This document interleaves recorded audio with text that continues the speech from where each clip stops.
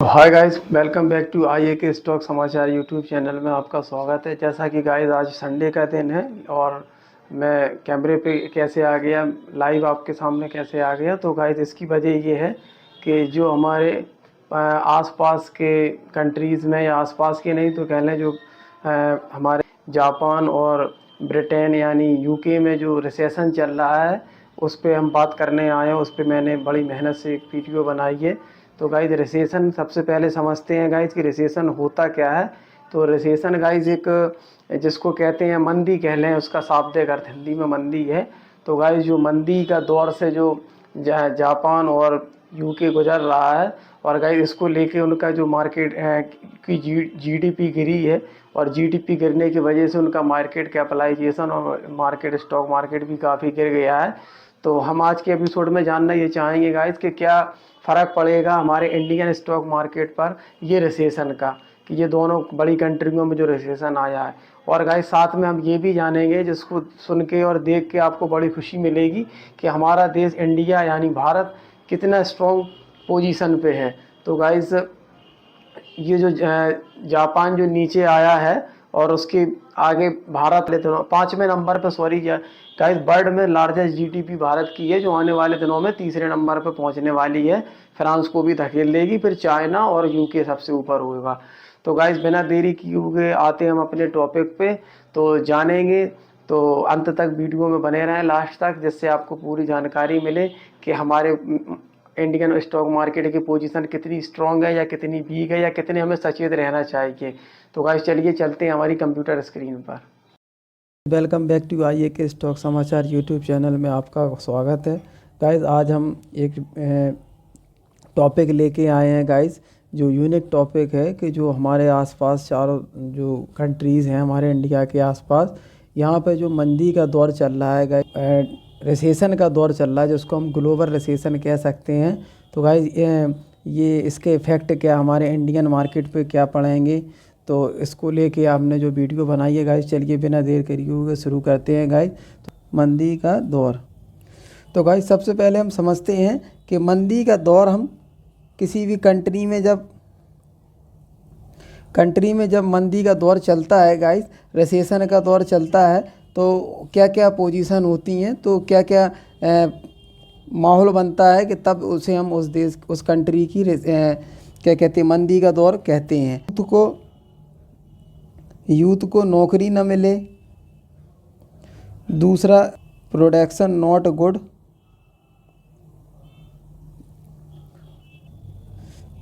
तीसरा guys export और import not good, ये भी अच्छा ना हो। और चौथा गाइस चेन डिस्टर्ब हो, सप्लाई चेन डिस्टर्ब हो गाइस। और पांचवा महंगाई बढ़ जाए। ये सारे सिनेरियो को हम, ये जो भी सिनेरियो है इसको हम कहते हैं गाइस रिसेशन गाइस, यानी मंदी का दौर। ठीक है गाइस। अब गाइस ये जो मंदी का दौर है, रिसेशन का दौर है, ये आ चुका है यूके में यानी यूनाइटेड किंगडम सॉरी गाइस, यानी इंग्लैंड वगैरह में, और जापान में। ठीक है गाइस, इन दो कंट्री में ये दौर आ चुका है। लेकिन अब आप कहेंगे कि अभी 2 दिन पहले ही हमने ये एक न्यूज़ सुनी कि जापान अपने 32 साल के हाई पर है। तो ये अचानक रिसेशन कहाँ से आ गया गाइस, तो चलिए देखते हैं।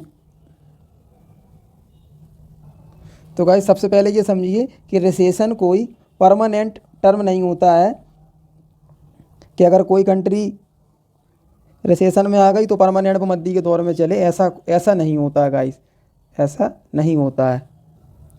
First quarter and second quarter, यानी पहली तिमाही यानी 3 मंथ, और दूसरी तिमाही यानी 3 मंथ में अगर उस कंट्री का जो व्यापार है या जीडीपी है तो वो अगर नेगेटिव जाती है, माइनस दो तिमाही तक का, ये याद रखिए।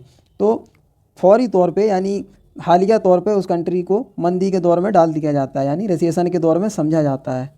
तो गाइस इसी टर्म को हम कहते हैं रिसेशन। तो अब सवाल ये उठता है गाइस कि यूके और जापान के अंदर जो रिसेशन आया है इसका हमारी कंट्री यानी इंडिया पर क्या असर पड़ेगा। तो गाइस इसी को जानने के लिए आज ये एपिसोड बनाया गया है।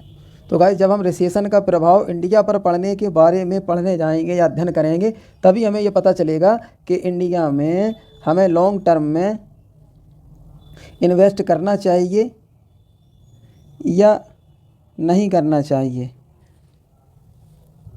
कहीं ऐसा तो नहीं हो कि हमारे इंडिया में भी रिसेशन का दौर आ जाए, या हम ये जान रहे हैं कि भारत देश हमारा बढ़ रहा है, ग्रोथ कर रहा है, और पता चला एकदम से डाउनफॉल आ जाए और रिसेशन का दौर आ जाए। ठीक है गाइस, तो इसके लिए आपको ये समझना पड़ेगा कि इन दो कंट्रीज से अपना इंडिया अलग क्यों है, क्योंकि इसका असर इंडिया पे कम पड़ेगा। तो इसी के अध्ययन से हम जानेंगे और आपको थोड़ा सा अच्छा भी फील होगा कि हमारे इंडिया पर इतनी बड़ी बड़ी कंट्री का रिसेशन में आ गई और हमारे इंडिया पर इसका इफेक्ट कम पड़ेगा गाइस। तो गाइस जैसा कि आप देख पा रहे हैं ये गाइस वर्ल्ड जीडीपी का प्रोफार्मा है, रैंक कंट्री की रैंक है और जीडीपी की किस तरीके से ग्रोथ कर रही है। तो गाइस आप देख पा रहे हैं गाइस 5 नंबर पे हमारा इंडिया है जिसकी जीडीपी है 4112 यूएस बिलियन यानी, और इसकी ग्रोथ रेट है गाइस 2.85 की दर से ये ग्रोथ कर रही है गाइस।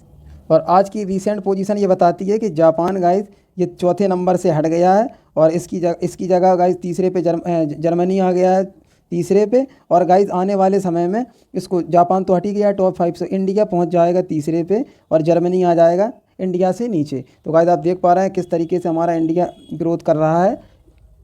तो गाइस आने वाले 5 सालों में आप देखेंगे कि नंबर 1 अमेरिका और सेकंड नंबर चाइना और तीसरे पे होगा इंडिया हमारा देश, और जीडीपी ग्रोथ में ये पूरे वर्ल्ड में तीसरे नंबर पे होगा गाइस।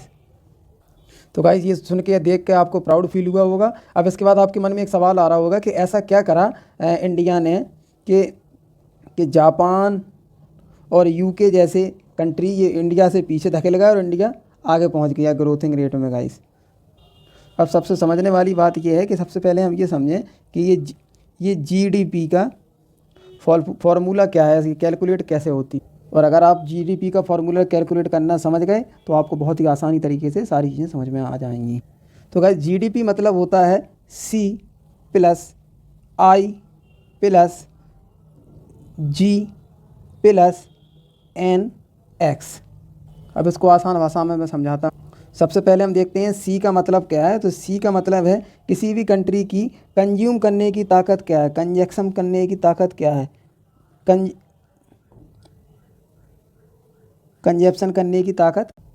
दूसरा गाइस आई से है उस कंट्री के अंदर इन्वेस्टमेंट क्या चल रहा है गाइस। मैं गाइस आपके शेयर की यहाँ बात नहीं कर रहा कि आपने ले लिए शेयर 10,000 20,000 के, या मैं कर रहा हूँ इन्वेस्टमेंट यानी कंट्री इन्वेस्टमेंट, पूरी कंट्री का इन्वेस्टमेंट क्या है। तीसरी चीज़ है गाइस जी से गवर्नमेंट स्पेंडिंग क्या है, गवर्नमेंट के कैपेक्स क्या क्या हैं, गवर्नमेंट कितना खर्चा करेगी, कितने इन्वेस्टमेंट करेगी, सारी चीज़। और गाइस NX को हम करेंगे नेट एक्सपोर्ट से, यानी कंट्री ने कितना एक्सपोर्ट करा अपने माल को। यानी नेट एक्सपोर्ट में आप वही चीज़ लिखेंगे यानी आपने जो प्रदान किया है, यानी जो दिया है दूसरे देशों को, लेने वाला नहीं करना है, यानी लेने वाला नहीं करना है नॉट, यानी एक्सपोर्ट नहीं, सॉरी इंपोर्ट नहीं एक्सपोर्ट को करना। तो गाइस हम देखते हैं कि जापान में क्या होगा। तो गाइस जीडीपी बढ़ाने में जो सबसे बड़ा अगर रोल किसी का है तो ये कंजक्शन, और यानी प्राइवेट कंजक्शन, यानी पब्लिकली और कंपनी, जैसे हम और आप जो देश को बढ़ाते हैं, जो काम कर रहे हैं, कोई चीज़ें ले रहे हैं, और प्लस कंपनीज़, बड़ी बड़ी कंपनीज़। ठीक है गाइस। तो गाइस जापान के अंदर क्या बात हो गई, जापान में जो आधी जीडीपी थी गाइस जापान की 1/2 वो आती थी कंजप्शन से, यानी उसमें आधे से ज़्यादा पब्लिक का कंट्रीब्यूशन था, पब्लिक और प्राइवेट सेक्टर यानी कंपनीज में का। जो जापान के बड़े बड़े इकोनॉमिक्स थे वो ये कंजक्शन कर रहे थे कि इस क्वार्टर में जो जापान की ग्रोथ है वो लगभग 1/2 से बढ़ के लगभग 1 गुना % बढ़ेगी। लेकिन इसका उल्टा हुआ गाइज, चौथे क्वार्टर में जापान की ग्रोथ माइनस हो गई गाइज। जो चौथे क्वार्टर में गाइज जापान की कंजक्शन थी 0.2% से और डाउन मार गई गाइज। बढ़ना तो दूर की बात, नीचे आ गई गाइज, डाउन मार गई। और गाइज इनका जो गवर्नमेंट स्पेंड है जापान का वो अपने हाई टाइम गवर्नमेंट लो अपने हाई टाइम लो पर है गाइज। अब मैं आपको बताऊंगा कि हमारी कंट्री इंडिया जो गाइज प्राइवेट कंजप्शन में यानी प्राइवेट कंजप्शन में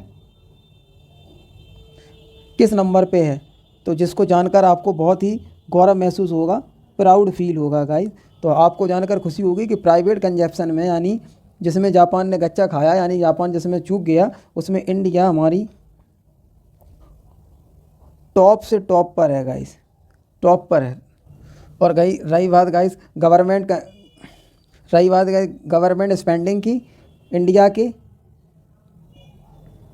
गवर्नमेंट स्पेंडिंग की, तो गाइज हमारी जो फाइनेंस मिनिस्टर हैं सीतारमन जी, उन्होंने बताया कि 11.11 लाख करोड़ रुपया हम कंजप्शन करेंगे यानी भारत में इन्वेस्ट करेंगे, इंडिया में इन्वेस्ट करेंगे, इतने इतने की हम लाएंगे।